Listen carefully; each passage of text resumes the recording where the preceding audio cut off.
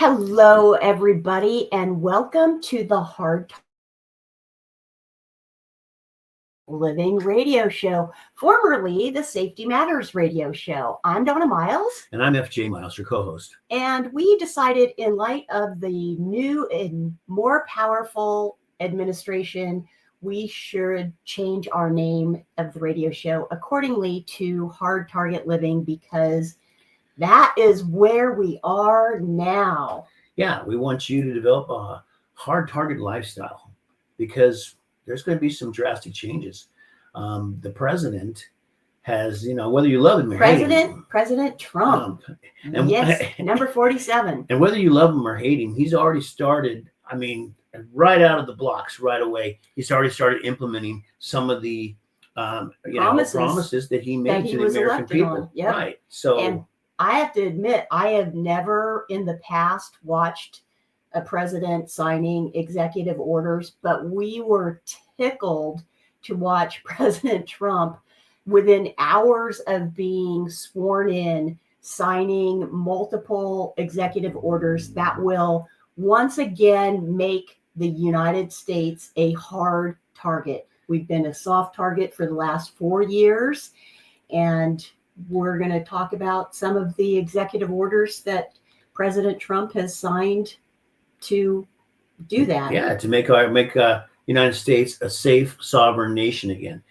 Americans and citizens are suffering from a lot of things, but we're going to focus today on border security, which has been lacking for the last 4 years. In fact, which has been brought to the condition it is in the last 4 years, which brings us to the first executive order we're going to talk about, which is, drum roll, the Emergency Management Act. Yeah, which is state of emergency at the border. And Donna, you had some parallels that are occurring right now and have occurred in the recent past here in the United States to what's going on at the border. Right. We're no strangers to hearing about emergency acts, state of emergency acts. Excuse me. My mouth isn't working quite right today, but anyway, state of emergencies. We've been through several of those in Florida as a result of hurricanes. California has been declared a state of emergency in certain areas because of the devastation of the wildfires. And even right now, today, we're having that big, what is it, Arctic blast that's hitting, going across the United States. There's snow in northern Florida. Like 6 inches, which is crazy. So how does that parallel what's going on at the border? Simple. Somebody opened the floodgates down there for the last 4 years. We're being flooded with fentanyl. It's killing hundreds of thousands of U.S. citizens. Okay, and we're getting flooded with human trafficking, which is a scourge on humanity. We're being flooded by the other acts of the cartel, even violent acts against border patrol agents, citizens, cities that border the Mexican border. And in no way are we saying it's the Mexican people, but 163 countries are sending, not only are refugees coming from those countries, but the dinner bell has been rung down at the border. And those countries that see their people leaving for a better life also decide, hey, if that border is open like that, we're going to empty our mental institutions and our prisons and clean our countries up. Right. And so in Hard Target Living workshops that we teach, we talk about what kinds of situations put us at risk, which is what we want to control. And basically, open borders have made us vulnerable. That is an opening. Any opening that allows a potential threat to get close enough to cause harm needs to be dealt with. And that is exactly what has happened in the past 4 years with the outgoing, thankfully, administration. They opened up that huge vulnerability, which provided an opportunity for anybody with bad intent to get in. So I believe this state of emergency mandate for the border is warranted, and it opens the door for President Trump to enact other actions to Exactly. secure our borders, which includes the next one we were going to talk about, which the is drug cartels. Oh yeah, well the drug cartels, they are a scourge not only in the United States but throughout the world. They're operating like in 47 countries right now, and they're bringing the same message of death to every country they put their foot on, and we've got to put an end to it. But the difference is a lot of those nations are sovereign nations, and they actually have rules and ways of expelling these individuals. We have lost that ability, or it's been suspended for the last 4 years. Right. And drug cartels wreak havoc with not just bringing drugs in, but they're largely responsible for the human trafficking that was going on as a result of our open borders. It just also made it easier for the drug cartels to traffic. I mean, there's over 300,000 missing children, right, that have been, who knows if any of them are still alive or being sex traded. Or in the past, like our immigration policies allow for immigration of people that are going to bring something positive to the United States. The cartels have declared war on the United States. Therefore, the step that the U.S. government and our new president, President Trump, have taken is to declare war on the cartels. And that includes?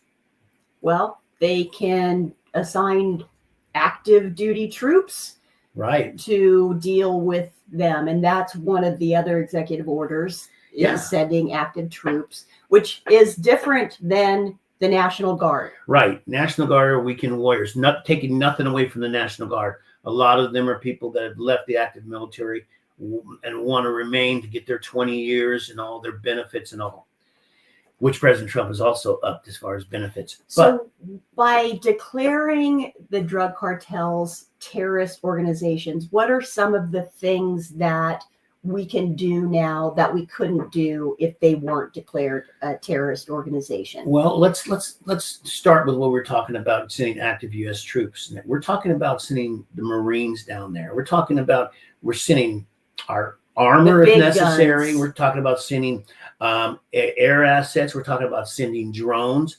We're talking about sending our special operations people to go into the heart of the cartel and destroy them. And when President Trump says this, he doesn't mean he's going to go against the Mexican government. Right. What he's doing is offering the Mexican government has already shown that they're not capable of controlling things. They have a silent plea. They want to stand strong like any sovereign nation does, but the cartel has as much, if not more, money and is basically running a shadow government. They need the U.S. And by President Trump saying this, he's saying, hey, we're here at your disposal, but if this threat continues on the people, the citizens of the United States, we are going to rain on them with or without your permission. And I think that's a pretty fair thing to do. The other things that declaring war on the cartels and declaring them a terrorist organization allows us to do is freeze their assets. Yes. Freeze and stop any financing they have going on that's related to it. Restrict their travel, anyone that's associated. And trust me, our intelligence agencies, along with intelligence agencies around the world, sharing that information, we can restrict anybody associated with the cartel, restrict their travel, make them persona non grata. We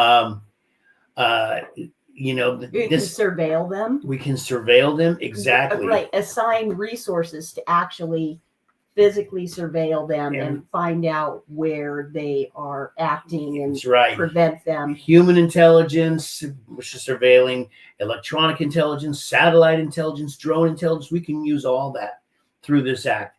And that includes any U.S. territories, any possessions of the U.S., and if they do anything against our U.S. armed forces, we can go ahead and respond in kind.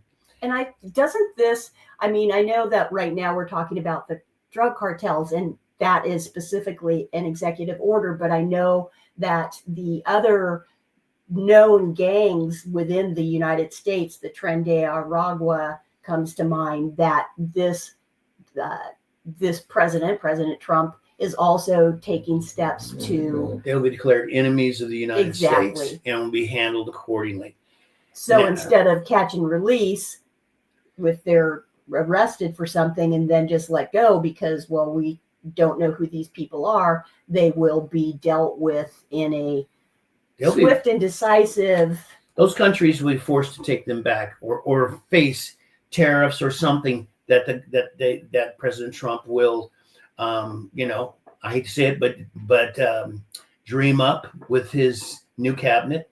And I say that because it all starts with an idea. So I should say he will go ahead and deal with it accordingly. Can you think of any legitimate or valid argument against either of these first two executive orders that we've talked about, declaring a state of emergency at the border, declaring the drug cartels terrorist organizations? Oh, I guess we've talked about three, sending active troops to the border. No, because let's take I know we can't. We believe that the border has been a vulnerability that needs to be dealt with. But what are, Well, I don't know. You folks have to write in and tell us what you think. But I will say this.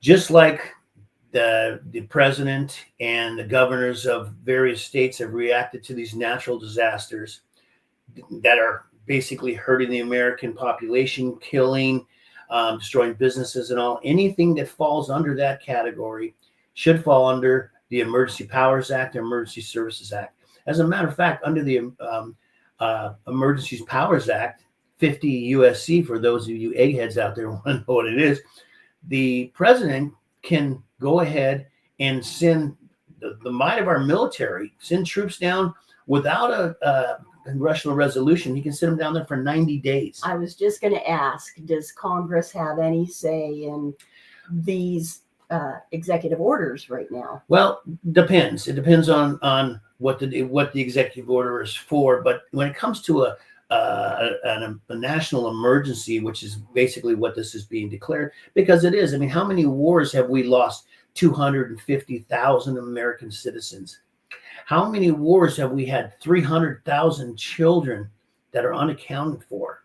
How many wars have we been in where our border, the sovereignty of our nation, has been invaded by up to 10 to 17 million people who are unvetted and are here for whatever reason. And our military age males. That just doesn't happen. There is no other sovereign nation that will allow that. Most nations have their military at the border or a special, like we have the Border Patrol, and they can do the job, but they've been so depleted that right now, until they can get back up to par, we need to have our U.S. troops there. And heck yes, they need to do whatever's necessary. That when you say stay out, it means stay out. Not like Biden said, don't. Not like Kamala Harris said, just don't do it. That doesn't say anything. We're going to say, I should say President Trump is saying, hey, this is a sovereign nation. You are not welcome unless you come to the proper channels. If you try to violate our sovereign territory, do so at your own risk.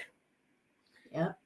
So yeah. And speaking of the former administration saying their method of preventing people from coming through the border, telling them very politely, don't come, when in reality that's just lip service, because anybody who wanted to come in, good or bad, knew that our borders were wide open. So one of the other executive orders that President Trump has signed is the stay in Mexico order. He actually signed that back under his first administration when he was numbered the 45th president of the United States. And that was rescinded immediately on day one by President Biden. Now, I'm not talking about politics so much here as I'm talking about facts. Remain in Mexico basically states, if you are traveling to immigrate by land between ports of entry, and in this case, between Mexico and the United States, that border, that you go ahead and you have to pass a fear screening first. You have to prove that you are a refugee that's under threat of prosecution or death. Yeah. And it has to be not just, hey, I don't like my country, hey, we don't have food and all that. That's a whole different thing. It's not that we don't care about that, but it's got to be done a certain way. Okay. Anyway, if you have to, and if that be the case, and you go through a legitimate screening process, it's called the fear screening by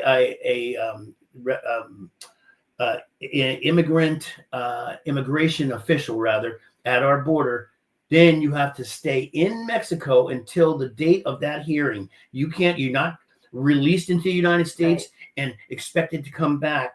It amazes me that the past administration basically created a situation where not only those people who might be law abiding, although again, as we've said in past shows, if you cross the border illegally, you have committed a crime. So that's not legal, then you're in trouble. But the past administration, by opening up, I was thinking, I like to use analogies to help people understand and get an image. And I was thinking today, because I know that a lot of critics of closing the border say, but there are mostly good people. They're mostly good people. Well, imagine if you were in a situation where you desperately needed water and you found a stream and you just drank that stream without water from that stream without any filtration. Would you get some good water in there? Absolutely. But you can't prevent the bacteria and critters that will make you deathly ill because they're going to enter with the good water. When you have an open border, that's exactly what you've done. You have opened the border to not just people who would, if they could get in here legally, be law-abiding, contributing, valued members of our country, but those bad actors who hide behind the facade of, I'm just a good person who's trying to escape a bad country for a better life. You have to have, it shouldn't be that easy to get into the United States. No, and we're depleting the ranks of those countries. Those countries need their people too. And something that I keep thinking about is the fact that the cartel is taking advantage. The cartel is acting like an immigration organization for the other side, for the Mexican side of the border, not for the Mexican government, but they are unofficially acting like an immigration organization by charging people that want to get into the United States. And that's people from all the countries that are trying to get in. If they want to cross through, that's cartel controlled territory. Number one, they're taking advantage. They're exacting a toll on those people by making them indentured servants. That's slavery, basically, folks. I mean, they have no choice, and they never seem to get out of that indentured servitude. They're taking children. These children are disappearing. We don't know if they're dead or alive. But if we don't vet and find out who these children are and who's actually bringing them over the border, we can't protect them. We're condemning those children to a life of pain and misery. Exactly. And it's up to us to protect those children. Right. So how are we doing it if we have no controls at the border? And then once again, they're emptying their prisons. Come on, folks. And refusing to take them back. But I'll be curious to see how President Trump handles getting them back in. But I know that another way that President Trump is making it more challenging for anyone to come through the borders is by canceling this app, this immigration app that, and I think within 1 minute of him being sworn in, It was shut down. And I know that right now legacy media is showing images and video of people who are trying to use the app to get in, crying and essentially trying to manipulate emotions. And we've talked about this before. You get high emotions, you're incapable of thinking logically that, well, hey, they knew this was coming. They knew that the borders porous, it was going to come to an end. Exactly. And yet they still tried to come. So that's not our problem. Exactly. That is not our problem. Everybody has a choice to make, no matter where they're from, and a better place. And don't show me pictures of people crying at the border. Do I have a heart? Yes. Instead, show me what's happening in North Carolina still. Those people are winters here, and they're still without housing and food or anything else. The people from the California wildfires, who's looking after them? Yeah, we need our resources for that first. America first. America first.